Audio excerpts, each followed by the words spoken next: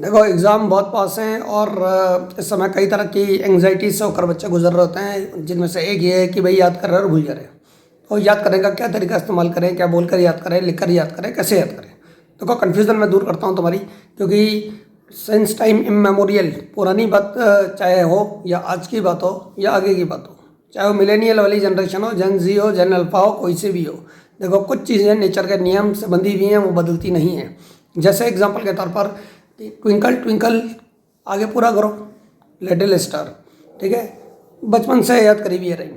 जैसे एग्जांपल के तौर पर बाबा बाबा, सबको पता है आगे ब्लैक शिप, ठीक है, ये जुड़ी हुई है, ठीक है, याद करी हुई है। जैसे मछली जल की, तो आधी छोड़ दूंगा, सबको पता है कि जल की रानी है।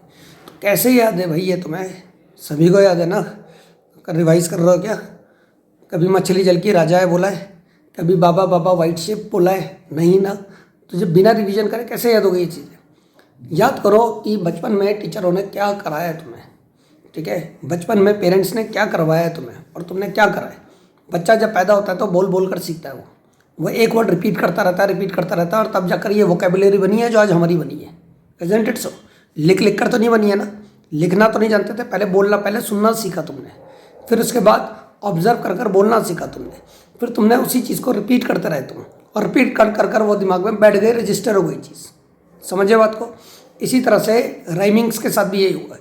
असेंबली में राइमिंग कराई गई तुम्हें, ठीक है, स्कूल में फिर क्लासेस में राइमिंग सुनाने के लिए कहा गया तुम्हें, राइम का टेस्ट हुआ तुम्हारा, फिर घर में पेरेंट्स ने परेड कराई मेहमानों के सामने तुम्हारी राइम सुना सुना कर। तो ये सारी चीज़ें दिमाग में रजिस्टर करी बोल बोल कर, इसीलिए आज तक याद है तुम्हें। यही काम, ठीक है, केमिस्ट्री में नेमिंग रिएक्शंस अगर याद करनी है, जिसका एग्जांपल मैं बताता हूँ अभी तुम्हें, उसके साथ करो।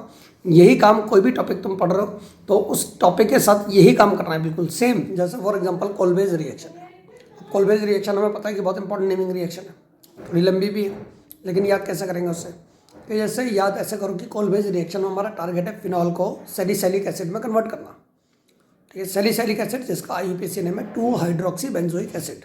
बोलना है, बोल कर रिपीट करो 2-3 बार, ठीक है, यानी phenol to salicylic acid. Phenol यानी बेंजीन के साथ OH, जब भी नाम बोलो फॉर्मूला भी बोलो साथ में।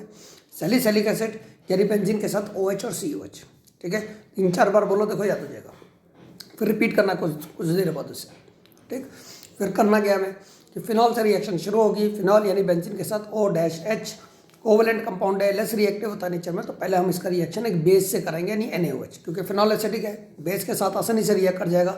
न्यूट्रलाइजेशन रिएक्शन होगी, बनेगा सॉल्ट और वाटर, ठीक है, फिनॉल का H हटेगा, OH के साथ HOH बनाकर बाहर हो जाएगा और Na चला जाएगा H की जगह पर, बन जाएगा बेंजीन के साथ O नेगेटिव बच गया और Na पॉजिटिव। याद रखो O और Na के बीच में सिंगल लाइन नहीं बनानी, क्योंकि सोडियम और पोटेशियम के सारे कंपाउंड आयनिक है, तो बन गया सोडियम फिनॉक्साइड, बेंजीन के साथ O नेगेटिव Na पॉजिटिव। बोलना है। फिर उसके बाद क्या है, हमारा टारगेट है COOH ग्रुप लाना, तो COOH ग्रुप में CO2 गैस है, तो CO2 गैस कार्बन डाइऑक्साइड से आएगी ऑब्वियसली। तो हम सेकंड स्टेप में सोडियम फिनॉक्साइड का रिएक्शन करेंगे CO2 के साथ। जैसा टेम्परेचर रखेंगे हम लोग 400 केल्विन से 420 केल्विन के बीच में, प्रेशर होगा 4 to 7 atm। देखो 4 से शुरू हो रहा है टेम्परेचर 400 केल्विन, और 4 से ही शुरू हो रहा है प्रेशर यानी 4 to 7 atm।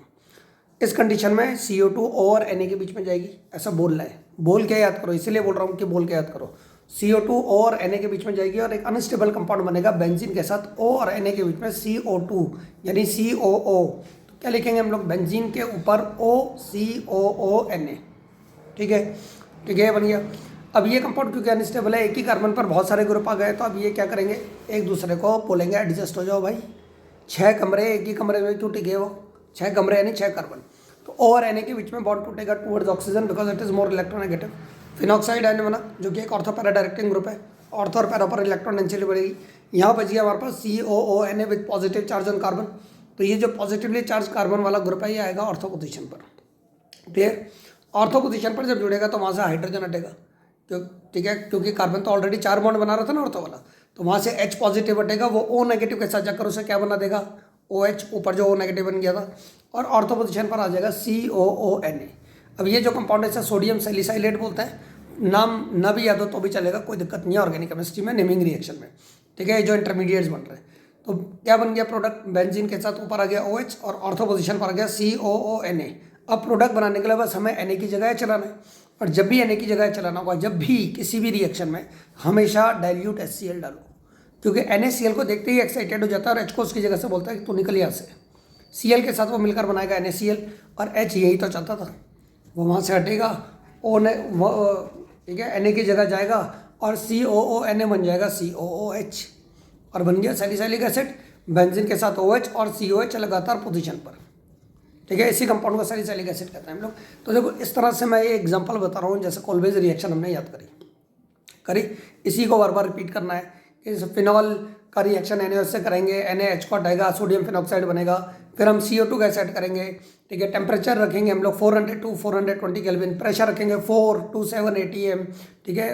CO2 O और Na के बीच में जाएगी और प्रोडक्ट बन जाएगा अनस्टेबल बेंजीन के साथ O और Na के बीच में COO आ गई, ठीक है, यानी OCONA अनस्टेबल कंपाउंड है, ऑक्सीजन कार्बन का बॉन्ड टूटेगा towards oxygen, O negative carbon positive, benzene के साथ O negative ortho para directing group है, COONA पॉजिटिवली चार्ज कार्बन वाला ग्रुप आएगा, ऑर्थो पोजीशन पर जाके जुड़ेगा, वहाँ से H हटेगा, वो H पॉजिटिव O नेगेटिव के साथ जाएगा, बनाएगा OH, और लास्ट में Na को हटाकर H चलाना है, डाइल्यूट HCl डालेंगे, NaCl के साथ NaCl बनाकर बाहर H Na की जगह पर आ जाएगा और सैलिसाइलिक एसिड बनकर तैयार। ऐसे रिपीट करो, और जब बोल लोगे ना तुम तो 100% लिख भी लोगे तुम, इस बात की गारंटी है। तो पहले ऐसे प्रैक्टिस करना है जो ज़रूरी नेमिंग रिएक्शन से, ठीक है। मैं आगे ज़रूरी नेमिंग रिएक्शन की लिस्ट बता दूंगा तुम्हें, तो ये हेल्प की ज़रूरत होगी तो मुझे मैसेज करके बताना, and I will help you out in this process.